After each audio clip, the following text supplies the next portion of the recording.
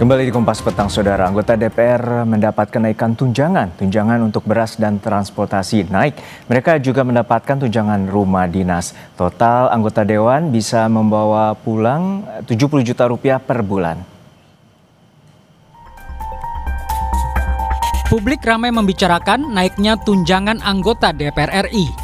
Wakil Ketua DPR RI menegaskan gaji pokok anggota Dewan periode 2024-2029 tidak naik, sekitar 7 juta rupiah.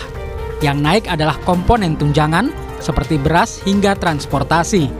Dengan tambahan ini, total pendapatan bersih anggota DPR per bulan sekitar 70 juta rupiah. Gaji tidak ada naik, gaji kami tetap terima kurang lebih 6,5 juta, hampir 7 juta. Tunjangan beras kami cuma dapat 12 juta. Dan ada kenaikan sedikit dari 10 kalau tidak salah. Tunjangan lain juga ada kenaikan sedikit-sedikit. Bensin itu sekitar 7 juta yang tadinya kemarin sekitar 4 juta 5 juta sebulan, walaupun mobilitas daripada kawan-kawan Dewan lebih dari itu setiap bulannya. Jadi kalau dulu gaji kawan-kawan itu terima total bersihnya sekitar 58, mungkin dengan kenaikan gaji tidak naik ya, saya tegas sekali, gaji tidak naik, dengan kenaikan tunjangan makan disesuaikan dengan indeks saat ini, mungkin terima hampir 69, hampir 70-an. Jadi yang naik cuman tunjangan itu saja yang saya sampaikan tadi, tunjangan beras, karena kita tahu beras telur juga naik, mungkin Menteri Keuangan juga kasihan dengan kawan-kawan DPR. Sejumlah tunjangan anggota Dewan yang naik, yakni tunjangan beras dari yang semula 10 juta rupiah menjadi 12 juta rupiah per bulan. Lalu ada pula kenaikan tunjangan BBM dari yang semula 4 hingga 5 juta rupiah per bulan menjadi 7 juta rupiah per bulan. Berdasarkan surat edaran Sekretariat Jenderal DPR tahun 2010, anggota DPR juga sebelumnya sudah mendapatkan sejumlah tunjangan di luar gaji pokok. Antara lain tunjangan rumah sebesar 50 juta rupiah per bulan, tunjangan suami atau istri sebesar 420 ribu rupiah per bulan, lalu tunjangan anak sebesar 168 ribu rupiah per bulan. Selain itu, ada pula tunjangan jabatan sebesar 9,7 juta rupiah per bulan, lalu tunjangan komunikasi sebesar 15 juta 554 ribu rupiah per bulan, dan tunjangan kehormatan sebesar 5 juta 580 ribu rupiah per bulan. Yang juga jadi perhatian publik adalah uang tunjangan rumah dinas sebesar 50 juta rupiah.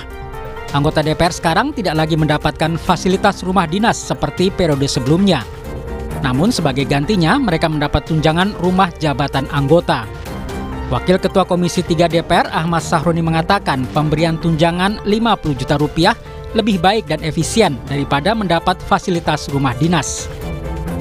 Menurutnya, laporan dan penghitungan dari Setjen DPR, biaya pemeliharaan rumah dinas per tahun jika ditotal bisa mencapai ratusan miliar rupiah. Jauh lebih mahal daripada memberikan tunjangan cash 50 juta rupiah. Kasih fasilitas rumah, itu biayanya akan lebih mungkin 10 kali lipat dari yang dikasih tunjangan kepada anggota DPR, sebanyak 50 juta. Kenapa? Karena biaya perawatan itu tak terhingga. Ya, banyak rusak AC lah, perlengkapan di dalamnya.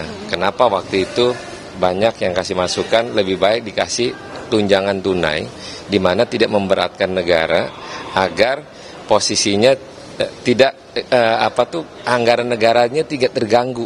Cuman ngurusin rumah jabatan DPR. Analis politik sekaligus Direktur Eksekutif Parameter Politik Indonesia Adi Praitno menyebut, kenaikan tunjangan anggota DPR melukai perasaan publik karena di saat yang bersamaan masih banyak warga yang miskin dan kesulitan mendapat pekerjaan.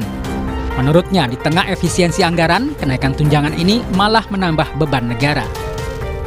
Yang kedua tentu saja adalah soal di tengah efisiensi yang dilakukan oleh pemerintah, di tengah pengetatan anggaran yang terjadi di mana-mana, tunjangan-tunjangan yang diberikan kepada yang mulia anggota Dewan, dalam banyak hal ini mengkonfirmasi betapa ada disparitas yang cukup jauh antara pendapatan yang dimiliki oleh anggota Dewan dengan rakyat yang ada di bawah. Naiknya tunjangan anggota dewan juga diprotes warga. Mereka menilai kenaikan tunjangan ini tidak sebanding dengan kinerja DPR. Ya gitu, mungkin kalau bisa dibarengi dengan kerja nyatanya gitu di sekalian dijabarin. Jadi pas berita ada angka itu muncul, harusnya mereka juga sambil ini portofolio kita gitu. Jadi kan misalnya kita bisa lebih percaya gitu kalau misalnya ada bukti kerja nyatanya juga gitu. Karena kan emang angkanya jauh banget. Menurut saya perlu dipertimbangkan atau dikaji ulang ya, apakah memang sepenting itu untuk memberi tunjangan rumah dengan gaji yang itu tadi lebih dari UMR dalam sehari mungkin ya, gitu sih. Harus ada indikator yang jelas, khususnya dalam fungsi legislasi, sehingga masyarakat bisa menilai kerja-kerja wakil rakyat sebelum mereka mendapat berbagai tunjangan. Tim Liputan, Kompas TV. Pendapatan anggota DPR RI menjadi sorotan sebab jumlahnya mengalami kenaikan karena mereka kini mendapatkan kenaikan tunjangan beras dan transportasi serta tunjangan rumah dinas. Total anggota Dewan mendapatkan 70 juta rupiah per bulan. Seberapa penting menaikkan tunjangan di tengah efisiensi saat ini? Kami akan membahasnya bersama Ketua PBHI Julius Ibrani dan juga Pak Toto Daryanto, anggota DPR RI dari fraksi PAN. Selamat petang Bapak-Bapak, Mas Julius dan Pak Toto. Semoga sehat-sehat selalu. Ya, selamat. Ya. Petang, Mas Dino. Ya, Pak Toto, kami selamat petang. Saya ke Pak Toto terlebih dahulu. Pak Toto, ini sebenarnya apa alasannya? Karena menjadi sorotan, terutama tadi ada tunjangan yang sebesar 50 juta rupiah, lalu bensin ada juga 7 juta rupiah, listrik 7,7 juta rupiah, dan ini bagi 580 anggota DPR, Pak Toto. Iya, tadi kan sudah dijelaskan oleh Pak Sahroni ya, bahwa tunjangan perumahan itu sebetulnya kalau dihitung berdasarkan pembiayaan perawatan rumah dinas dan lain-lain itu jauh lebih efisien, lebih murah gitu. Nah, dan sebenarnya ini isu tunjangan ini saya tidak tahu ya kok bisa tiba-tiba mencuat di tengah masyarakat ya. Padahal sebenarnya tidak ada sesuatu yang berubah secara signifikan. Halo? Ya, silakan. Halo, Pak Toto. ini. Masih terhubung? Ya. Jadi itu yang kami agak heran mengapa ini terjadi berita yang heboh mengenai kenaikan tunjangan yang tadi sudah disebutkan itu juga jumlahnya tidak seberapa ya. Sementara yang rumah itu kan memang itu sudah sejak awal pelantikan kita nggak dapat rumah dan ada tunjangan. Nah, kalau dihitung-hitung berdasarkan pengeluaran para anggota dewan, sebenarnya apa yang didapat DPR dari seluruh tunjangan-tunjangan itu rasanya juga belum terlalu memadai sebenarnya. Walaupun ini menjadi introspeksi bagi kami untuk mendengar aspirasi masyarakat dan memang sebaiknya anggota dewan meningkatkan kinerjanya. Ya. Supaya tidak dimasalahkan oleh konstituennya. Tapi Pak Toto begini. Saya kira Pak Toto begini. Itu kan. Ya. Kami tangkap. Pak Toto begini. Artinya ini lebih efisiensi dibandingkan harus mendapatkan maintenance perawatan terhadap rumah dinas yang diberikan kepada anggota DPR. Namun apakah sudah ada audit seberapa layak, tidak layaknya untuk rumah dinas bagi anggota DPR yang berada di Kalibata dan juga di pos pengumum Ulu Jami? Apakah sudah ada audit dan juga berdasarkan Pak Sekjen bahwa perawatan bagi satu rumah dinas itu sekitar 25 juta per tahun atau 2 juta per bulan? Saya tidak tahu apakah itu sudah ada audit, tapi berdasarkan keterangan dari rekan saya tadi, dari Komisi 3, Pak Sahroni ya, itu yang menyampaikan ada data yang beliau temui seperti itu, yang tadi sudah diungkapkan. Jadi ya kita sejauh ini percaya dengan itu. Tapi kalau mau dilakukan audit, saya kira juga baik juga. Tapi kalau dikatakan perawatan 25 juta setahun, menurut saya nggak masuk akal itu, Mas. nggak mungkin lah, perawatannya itu mahal itu. Baik. Baik. Ya. Lalu kita akan mendengarkan bagaimana pandangan dari Mas Julius. Mas Julius, seperti apa sebenarnya apa yang terbesit di pikiran Anda di tengah efisiensi, di bawah tekanan ekonomi saat ini, bahwa ada tunjangan-tunjangan yang istimewa bagi anggota DPR yang bisa dikatakan kalau di jumlah total bisa hampir 100 juta rupiah per bulan. Tapi jawabannya nanti dulu, hanya di Kompas Petang usai jeda.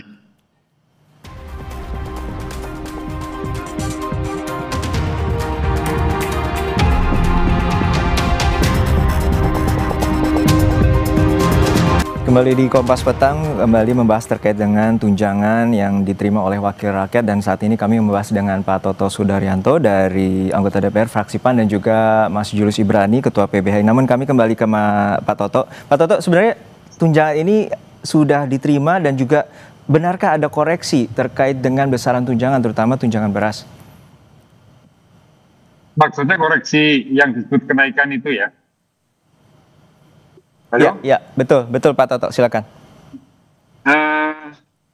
Kami tidak tahu mekanisme apa yang dilakukan, tapi yang disebut koreksi itu pun juga sebenarnya jumlahnya tidak signifikan ya. Jadi, dan bagi anggota DPR sebetulnya tidak pernah juga ada keinginan, ada permintaan untuk dinaikkan tunjangannya, kita juga tidak pernah ada. Jadi andaikan anggaran itu tetap seperti sebelumnya, kita juga menerima.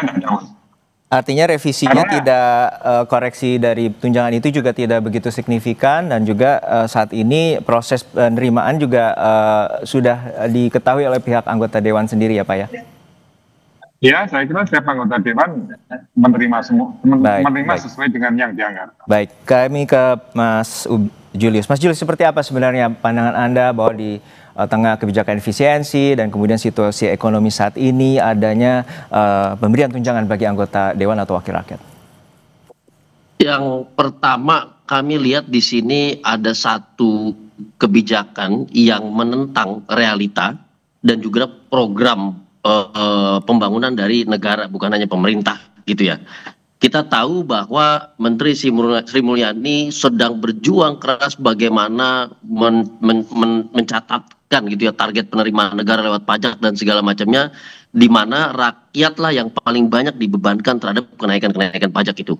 Yang pertama. Yang kedua, dihadapkan juga pada posisi keuangan negara yang banyak dirampok lewat kasus-kasus dugaan korupsi hingga ratusan triliun dan segala macam yang ditangani oleh Kejaksaan Agung gitu. Nah, yang ketiga, situasi investasi, situasi ekonomi, situasi bisnis sampai ke level ekonomi real yang saat ini dalam kondisi terpuruk. Jadi saya pikir kalau ada kenaikan sedikit pun saja, Rp1 pun saja, sebetulnya bukan soal nilai, Mas Juno. Jadi soal Rp1 kenaikan saja itu sudah bertentangan dengan situasi dan kondisi saat ini. Nah, itu yang saya katakan tadi, itu tidak bijaksana dan tidak dapat dibenarkan. Jadi kalau dalam konteks keuangan negara, kita sedang menghadapi penghematan, kita sedang menghadapi satu mekanisme efisiensi, maka seluruhnya harus kena gitu. Tetapi ketika kita ada satu DPR yang mengalami kenaikan, meskipun dia tunjangan, itu menjadi pertanyaan besar. Itu yang pertama. Yang kedua adalah ini bukan soal sikap sensitivitas dan segala macam. Ini sangat kalkulatif dan ini sangat matematis gitu ya. Ketika uang negara minim lalu terjadi penambahan pengeluaran, pertanyaannya siapa yang menanggung? Di saat misalnya pejabat-pejabat negara itu kan nggak ada yang menanggung pajak selain daripada transaksi-transaksi pembelian harian lewat mekanisme PPN 11%. Maka yang menanggung ini adalah rakyat, tentu akan rakyat. Maka di situ ada penambahan beban rakyat selama terjadi kenaikan gitu ya. Kalau tidak terjadi kenaikan, maka struggling, perjuangan dengan kondisi sekarang saja itu sudah berat gitu. Lalu ditambah. Nah, ini yang saya katakan bahwa mau kinerja DPR seperti apapun, mau bagus, mau buruk, mau kemudian produktif dalam hal legislasi atau tidak, mekanisme kenaikan ini tidak sesuai atau bertentangan dengan kondisi keuangan negara saat ini yang menghimpit rakyat lewat pajaknya. Nah, ini saya pikir para anggota DPR yang mulia, para wakil rakyat yang mulia ini harus bersikap tegas dan ini mekanisme yang selalu terjadi ketika selesai pemilihan umum legislatif. 2015 pernah terjadi. Oke, silakan dan langsung ditanggapi 2025 oleh terjadi juga. Pak Toto. Gitu. Pak Toto, gimana bahwa ada terkait dengan besarnya juga angka tunjangan dan juga tidak berkait atau tidak sesuai dengan kebijakan efisiensi yang tengah berjalan saat ini? Ya, tadi sudah dikatakan kan, sebenarnya jumlah kenaikan itu tidak besar, walaupun tadi dipersoalkan oleh Mas Julius, seberapapun besarnya karena ada kenaikan itu dianggap mencederai lah dari program pembangunan atau membebani masyarakat kita ya. Ya, jadi ya tentu sebagai anggota DPR kita selalu mendengar aspirasi dari masyarakat itu, dan mudah-mudahan ini juga didengar oleh teman-teman para anggota Dewan yang bertugas dalam menyusun anggaran untuk DPR itu. Baik, terakhir untuk jadi Mas Julius. Ya, baik Mas Julius, untuk terakhir bahwa saat ini sebenarnya apa mekanismenya terkait dengan koreksi atau merevisi atau membatalkan proses tunjangan ini, apakah mungkin?